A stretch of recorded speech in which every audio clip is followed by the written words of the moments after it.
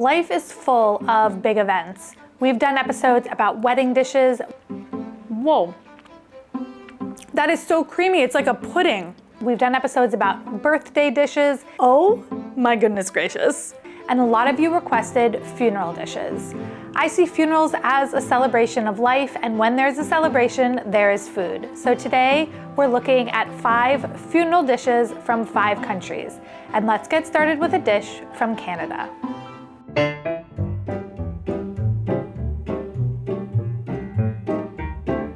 Hi Beryl, my name is Jennifer. I'm from Ontario, Canada. I'm here to introduce to you a recipe that is cream cheese and cherry pinwheel sandwiches. They're made with soft white bread, softened cream cheese, and maraschino cherries.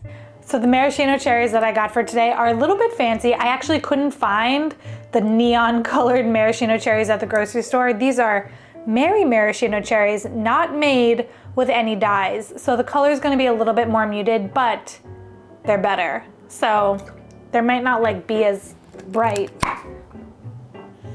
but they smell the same. It smells like a maraschino cherry.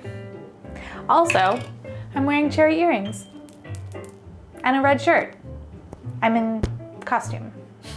I like this dish because it is a little bit sweet, a little bit savory, and they're very easy to eat and bring to a funeral or celebration of life. These sandwiches are rolled up like a sushi roll, and they're a little bit white and a little bit pink, and they're visually pretty appealing. These are common in our area when a family has their church congregation provide the food for their funeral or celebration of life.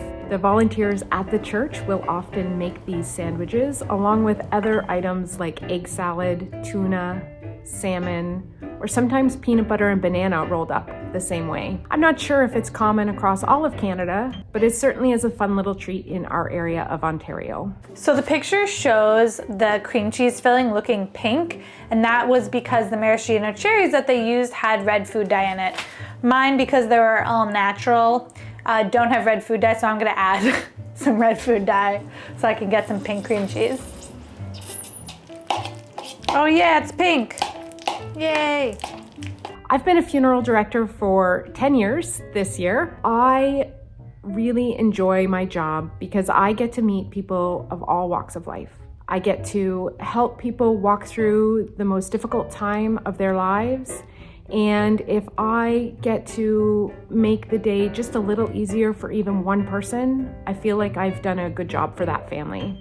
For this, we're gonna use Wonder Bread because it is the fluffiest, softest bread that I could think of because we're gonna roll it out. Interestingly enough, Wonder Bread was invented in 1921 and it was one of the first nationally distributed sliced breads in the US.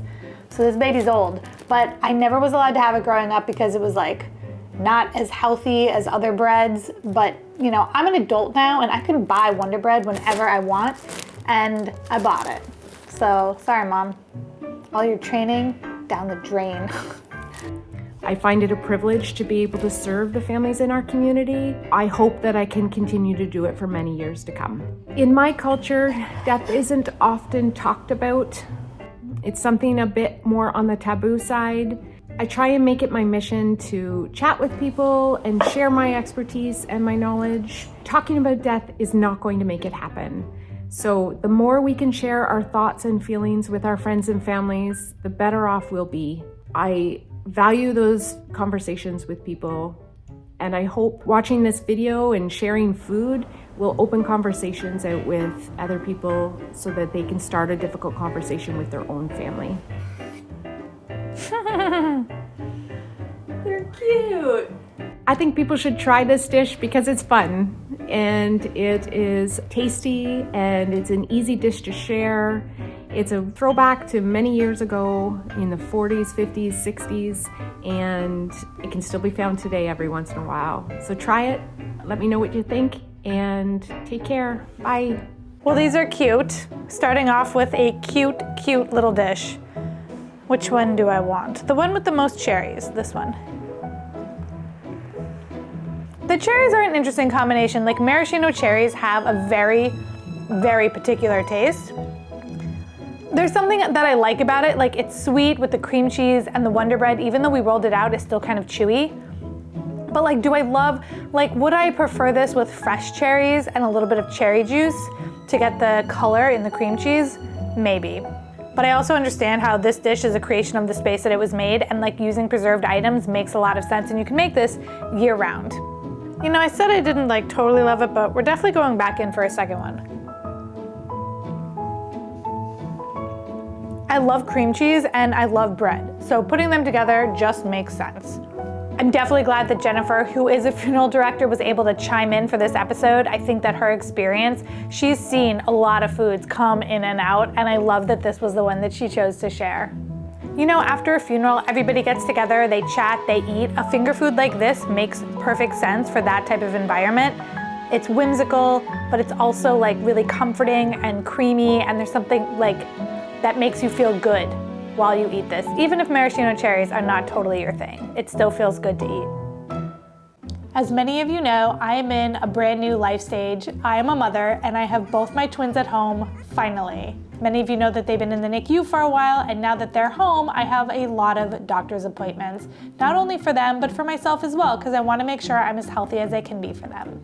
I have learned the hard way that getting on the phone trying to make appointments is a very frustrating experience, and it's just easier to do everything online, and that is where ZocDoc, the sponsor of today's episode, comes in. ZocDoc is a free website that helps you book high-quality, in-network doctors that you are sure to love. They have more than 150,000 providers across 50 states with over 200 specialties, from eye doctors to primary care doctors to dentists to ophthalmologists, and we've been using them. You can book in-person visits, even video visits, because sometimes it's hard to get out of the house. Recently, we just had a video visit with one of my baby's doctors, and it made it so much easier than packing them into the stroller, getting them out the door, and getting down to the doctor's office. So video visits, 2 thumbs up. One of the things I love about ZocDoc is that they have verified patient reviews, so you can get a real sense of who the doctor is, what their bedside manner is like, and how long it takes to actually be seen when you get to the doctor's office, because sometimes they make you wait for a really long time, and I hate that. So it's nice to know ahead of time what to expect. When trying to find an appointment, you can usually find availability within 24 to 72 hours, which is nice. It means you don't have to be waiting weeks to get in to see a doctor. You can even score same-day appointments, which is great when you just need to get in to see someone stat. Doctor talk. So visit my sponsor, ZocDoc.com/Beryl to book an in-network doctor's appointment today.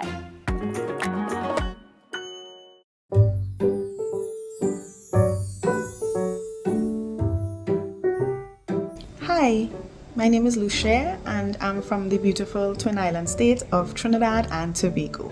The dish I want to share with you is called Pelau. Pelau is a combination of rice, peas, vegetables and meat, all cooked in the same pot. What makes Pelau special is that it's one of those go-to meals when you're going to spend time with a group of friends and family. So we're using pimentos, and if you've never heard of a pimento, you'll probably know them from the little red things that are stuffed in green olives for like martinis. But also, these are just small, really mild peppers that are used in making paprika. So now you know. These are fancy. I don't know what makes them fancy, but they're fancy. Put a little bow tie on that, then it's fancy. It is made in almost every household in my country, regardless of race or social status. Pelau is that perfect blend of flavors and textures. There are hints of savory, spicy, it's a bit creamy, a touch of sweet, and that's in every spoonful. So this recipe calls for culantro, which I did find once in the city, and when I went back, they were out of it. So we're using parsley as a substitute, and it's a really good substitute, so it's not gonna like mess up the recipe. It'll be fine. This show really only works if I do mise en place, and I have to have every single thing prepped in order to get it all in and make sure that I'm organized. This dish required a lot of little bowls. I have in total 1, 2, 3, 4, 5, 6, 7, 8, 9, and a lime. But it'll be helpful when I'm cooking. Like when I cook on my own, I usually don't cook like this, but for the show, it really is like I should cook like this more because it's so helpful. I love Pelau. Pelau is very common across Trinidad and Tobago. We eat Pelau at both small and large gatherings that we call limes. We have it at the beach, at an impromptu pop-up at someone's home, at funerals, after a hard day at work. So now I'm gonna wash this chicken that's in the citrus water with these limes, like a little like cupping massage, like I've never done this before, but I guess you're gonna get all the lime flavor into the chicken to tenderize it, so that kind of makes sense to me. This is interesting. Very interesting. It is easy to prepare. You can share it out easily. It is cooked in one pot. It holds up perfectly after cooking and tastes just as delicious, hot off the stove, or if it's room temperature, several hours after you've cooked it. In Trinidad and Tobago, there are so many races, and as a result, we have different funeral customs and traditions, and sometimes they also blend. Death is generally treated as both a mourning and a celebration of life that has passed on. I was sent these gloves by one of you for when I'm touching and mixing raw meat, so I'm gonna crank these open and use it for the raw meat.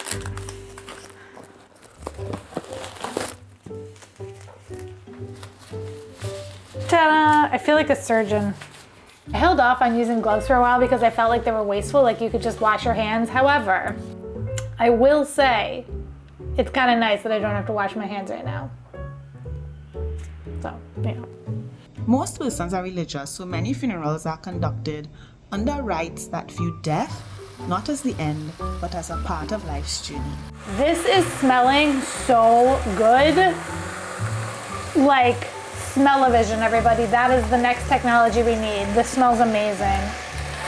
One practice we have is what we call wake. Each night, between notice of the death and the funeral service, we go to wake at the family of the deceased home. We call it wake because we go and stay awake with the family as they're mourning. But it's usually not a somber, sad experience. Each religion has their version of wake, but mostly there's music, singing, we eat, we drink, and some of us even play card games. Some wakes have full choirs, drummers, full prayer services, and different meal options each night of wake. But at least one of those nights, you'll probably get Pelau being shared out to everyone in attendance. People should try Pelau because it is a meal synonymous with coming together and sharing space with people that you love and care for, all while you eat this delicious blend of flavors and textures. And because it's one pot, it's easy to clean up. I like it when we get to feature countries that are not often on this show, like Trinidad and Tobago. I have featured them twice before, only twice. I made doubles and I made mango chow. Both were delicious. And this dish has made my entire house smell delicious, like scrumptious, perfection. I don't know, I ran out of adjectives. I need like a piece of chicken in this. Oh my God. That was glorious. That tastes so good. It's cooked perfectly, might I add. Whenever you cook rice in coconut milk, I know that I'm gonna have a good time. The chicken is really tender and moist. I think that's what you get when you cook with dark meat. It doesn't tend to dry out. There are so many vegetables in here and so much flavor going on. It took forever to make. There was a lot of prep that went into this, and I feel like you can tell. Look at this, look how colorful it is. That's because there's a ton of stuff in here. I really like the pigeon peas. Sometimes I feel like I can't taste them, but this time I can taste the pigeon peas. What I'm really tasting, I think, is the marinade on that chicken. We let it sit for around 2 hours in the fridge, but you could let it sit overnight and I think the flavors would be even punchier. Even though there's a scotch bonnet pepper on here, I'm not tasting any spice whatsoever. So if you're somebody who's not afraid of spice, you can maybe cut it up and put the scotch bonnet in, but as it stands, it's not spicy at all. I love it. I want to keep eating it. When Lou-Cher said that you make a huge pot of this during wake for everybody, I totally understand. Like, this would be easy to cook a large quantity of because everything just goes into the pot after you've prepped a million different items. It's a crowd pleaser. It's a barrel pleaser. It's truly fabulous. I would highly recommend to anybody who is an adventurous cook to try making this at home. All the ingredients you can get easily at the grocery store, at least I was able to. It's just so good. And whatever you can't get, you can probably get online. Yeah, I would just make it and enjoy it.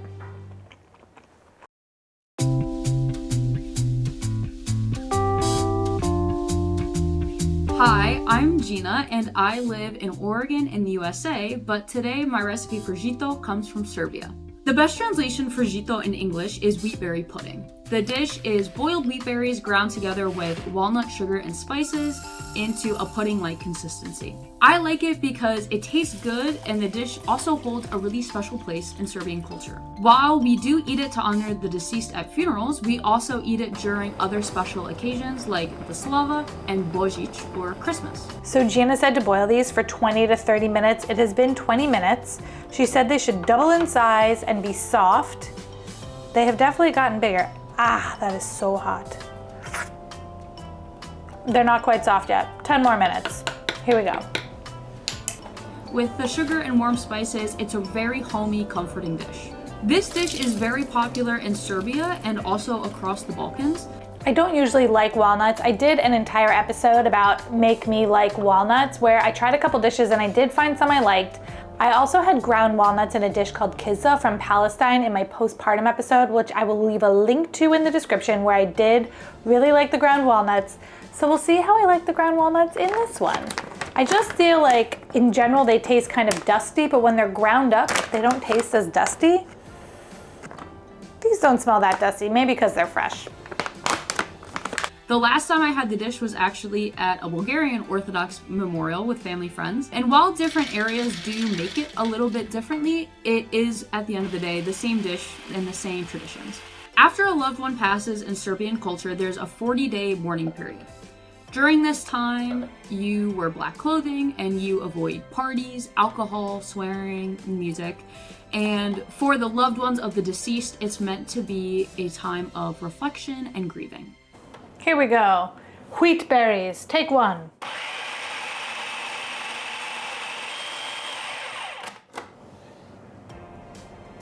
They look the same. I don't understand. They're not breaking down.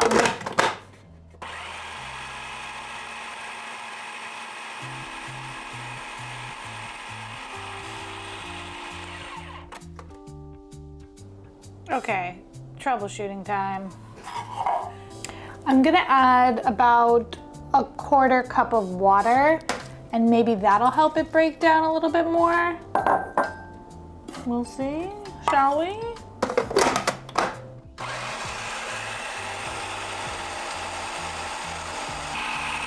I think that helped. Yeah, for sure. Yeah. I can already tell. I can tell as well. Here's where we net it out. That was a quarter cup of water and it kind of looks like oatmeal. In Serbia, the culture is historically Orthodox Christian, and funeral practices take greatly from Orthodox funeral practices, as well as ancient Serbian pagan practices. Almost everyone has an Orthodox funeral service where you offer condolences to the family and you can say your final goodbye to the body before it's buried. The recipe calls for nutmeg, but if you watch this show, you'll know that I really don't like nutmeg, but Gina said to use warming spices, so we're gonna use cinnamon. After the body is buried, it's customary to pour a little bit of rakia or brandy on the ground and say a little prayer to honor the deceased. I think the sound of this is kind of appealing.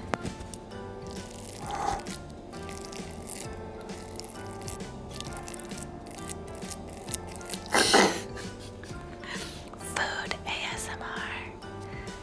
And everyone also has to take at least one bite of Žito and a sip of red wine for the deceased. I know that this is a little bit more of a unique dish and you might not be able to get the ingredients depending on your area, but it is a really nice, cozy, warm dish to have during a time of mourning or after a funeral. And if worst comes to worst and you really want to try it and can't make it, you can always make a Serbian friend and go to their slava. I promise you will not have a bad time. Thanks so much for having me and please enjoy Žito. Well, I made myself a big bowl of Žito. It is heavy. This is a dense dish. Let's give it a try.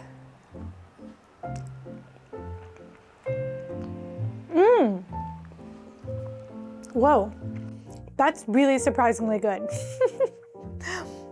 I wasn't sure about the wheat berries because they weren't grinding the way I wanted them to, but the texture is definitely like oatmeal, and the sugar, you can taste the little granules of it, which is a nice little crunch when you bite into it, and the lemon zest on top is just fabulous because lemon zest makes anything better. I would agree with what Gina said that it's hard to come by wheat berries. We had to go to a specialty grocery store to find them, but we did find them online, so I will leave a link to them in the description in case you want to try this at home. I know that this is a funeral dish, but Gina said it's also at other celebrations. I think this would make a really nice breakfast. Like if you are into sweet breakfasts, this would be really good. I like the cinnamon, I like the vanilla. I'm glad that I didn't use nutmeg once again. I know I keep replacing nutmeg with things, but I don't like it, and I don't want to sacrifice the dish for a flavor that I just don't like. I think it's okay. Cinnamon is a warming spice. We cooked the wheat berries for 35 minutes, and I'll reflect that in the recipe, which is on my website, beryl.nyc. But overall, this was, oh, the walnuts are in this. I like them. I mean, I didn't really even notice. I was yabbering on and on about me not liking nutmeg when I forgot about walnuts. I do taste them, and I do like them. Interesting. I'm finding more and more that I do like walnuts, especially ground walnuts. Should I get her?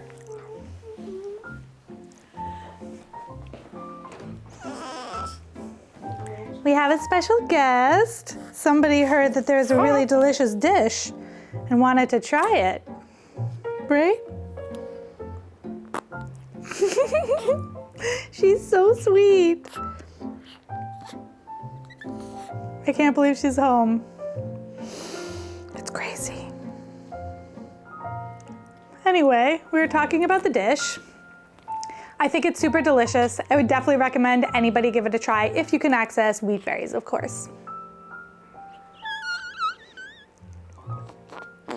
Oh my God.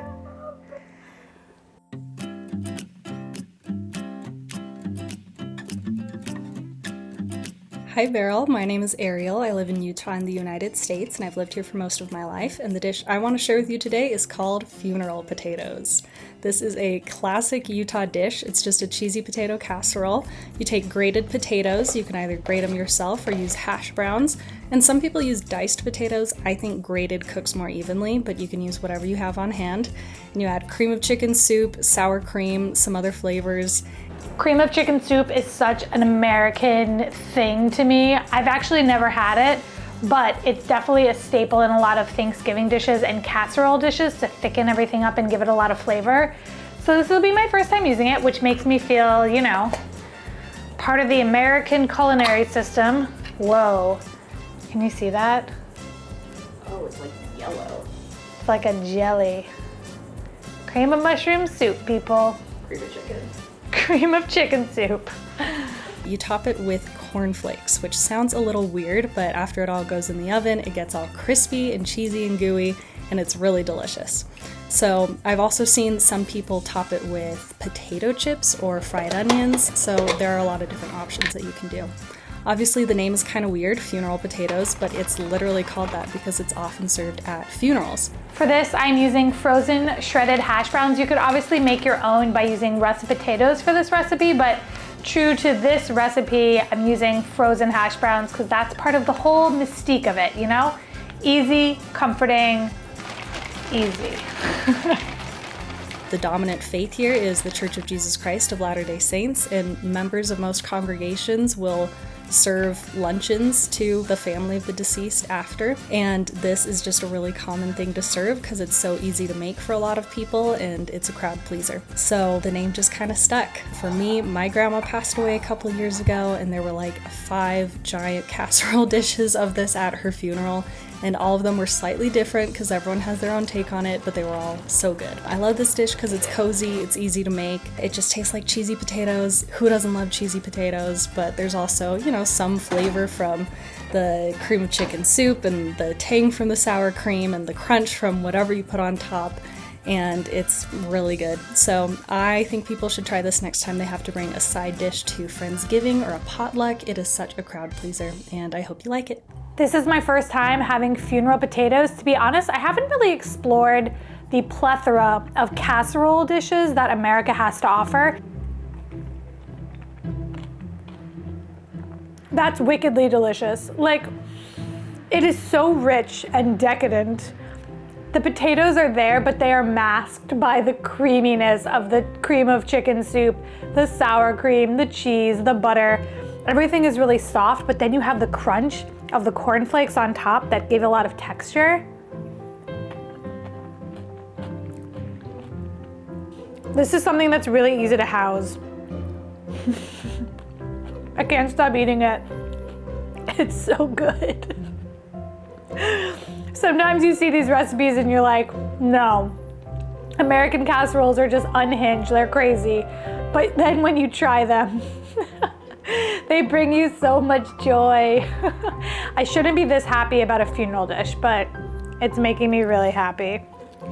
It was really easy to put together, and that's one of the things about American casserole dishes. You just dump everything together, bake it, and Bob's your uncle. You've got this fulfilling, hearty, warming dish that is a crowd pleaser.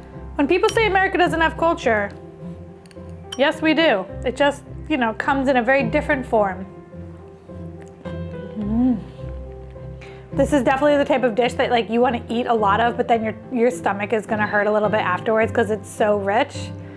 But you know what? That's later Beryl's problem. That's not my problem right now. My problem is just that I want to keep eating it. A little hot sauce on this would be really good. I would recommend this dish. I really would recommend it for people to try. Try it. You'll be happy you did.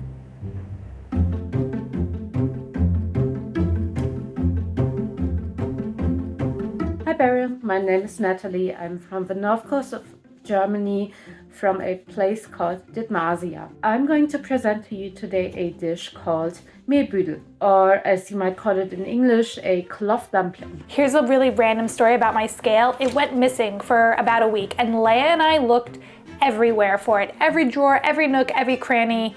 But there was one drawer that we didn't look in, and that was my freezer drawer. And we found it in there.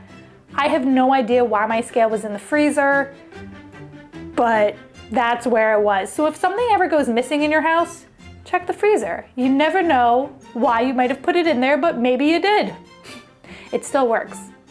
It is a beige, yellowish, sticky dough which is boiled in a cloth and most of the time served with either sherry sauce and or smoked ham. It is a dish very similar to a bread pudding from England because my family has lived for I think about 5 or 7 generations here in Dithmarsia. It has a very deep connection with my ancestors and also with my place of birth, Hamburg. Because this is our national dish, it is a very huge part of our ancestry, and it's also something we ate a lot during our time growing up, especially with our elders. That's what makes it so special for me and my family. So I'm not that familiar with cheesecloth. I've used it before to make paneer, but that's kind of different than what we're doing because we're gonna boil this dough for about an hour. What I think I'm going to do, because this is not very thick, is I'm gonna take this bowl and then I'm gonna open this up and make 2 layers of it. So I'm gonna open it like this, and then I'm gonna place the dough in that and tie it up. And I hope that that works, but I think it will.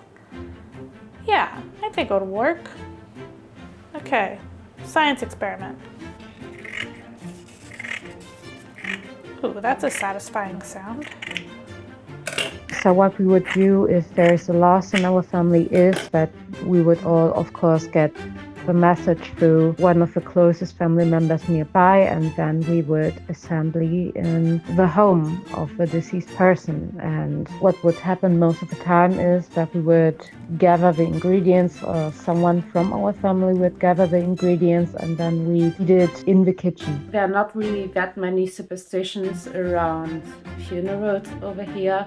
There are more traditions. For example, funerals are most of the times processed like a day of celebration and mourning.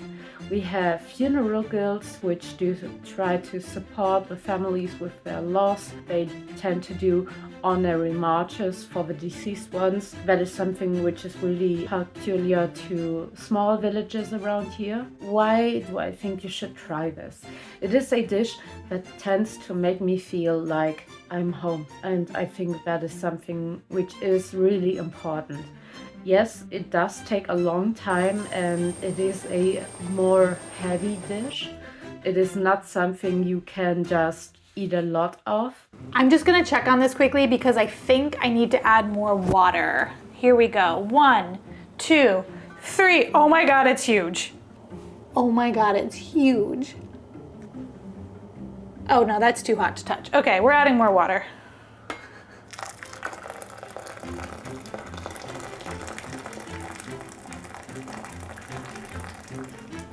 Okay, so to make the sauce, we're gonna use cherry juice and frozen cherries, but I realized I've never had cherry juice before. And maybe I'll never have it because I can't open this. Mom. You were so close. Leia can open any bottle ever. It smells like cherries.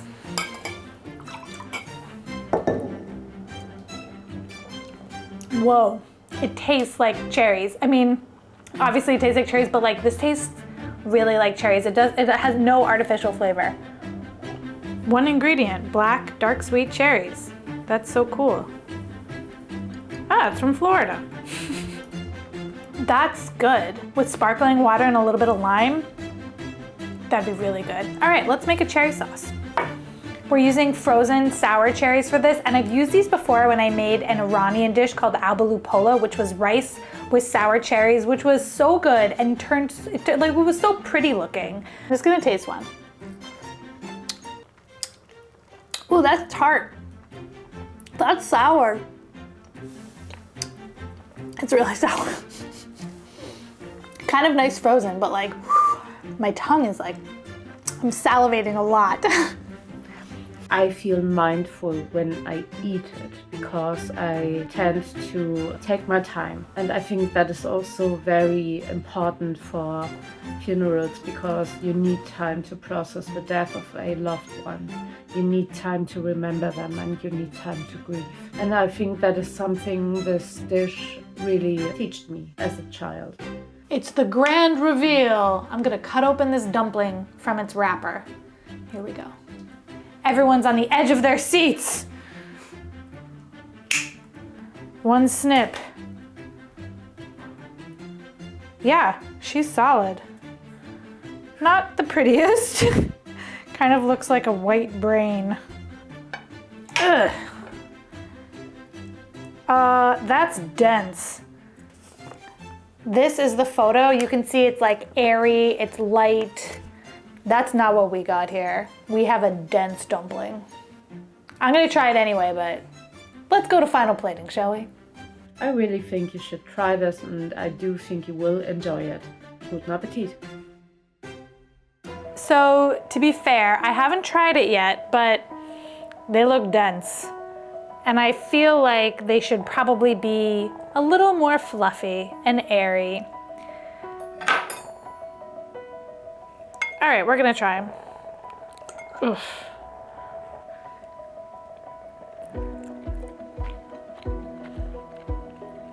I mean, I don't know what they're supposed to taste like. My guess is they are meant to be a little lighter than this. The flavor is kind of crepe-esque. They're not sweet, but the cherry sauce is really nice. The cherry sauce tastes like a cherry pie filling, which I really like because it's a little sour, it's a little sweet. Making this dumpling was a crazy experience. It got so big. We do need more water. Oh my God, it's huge. And then it deflated a little bit. Ugh. You gotta work through it.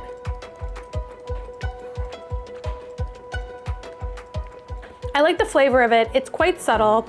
The cherry sauce is what shines, and I understand that because the dumpling itself is subtle, that the sauce is like kind of the star of the show. This reminds me of some other dishes that I've made where I haven't quite nailed them on the head. It's burnt. It's burnt real bad. She's not the prettiest plot. Lots of holes. Something got messed up. I have no idea what. So the dough is like solid, but also a total liquid. You can't roll it out. It just crumbles. And it does make me wonder if I should go back and try them again, maybe with the help of an expert. I think that could be a really interesting episode, like righting my wrongs. Righting my wrongs. That feels a little intense, but we can workshop that title.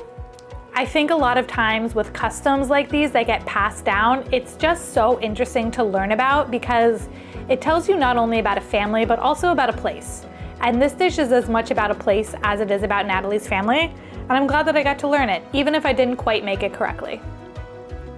I hope you all learned a little bit about funeral customs and their dishes around the world. I know for a fact that I definitely did, and it's been super interesting. Don't forget that all the recipes are on my website, beryl.nyc, and like and subscribe, it helps support the channel.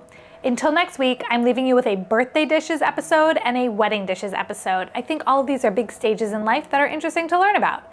I will see you all next week.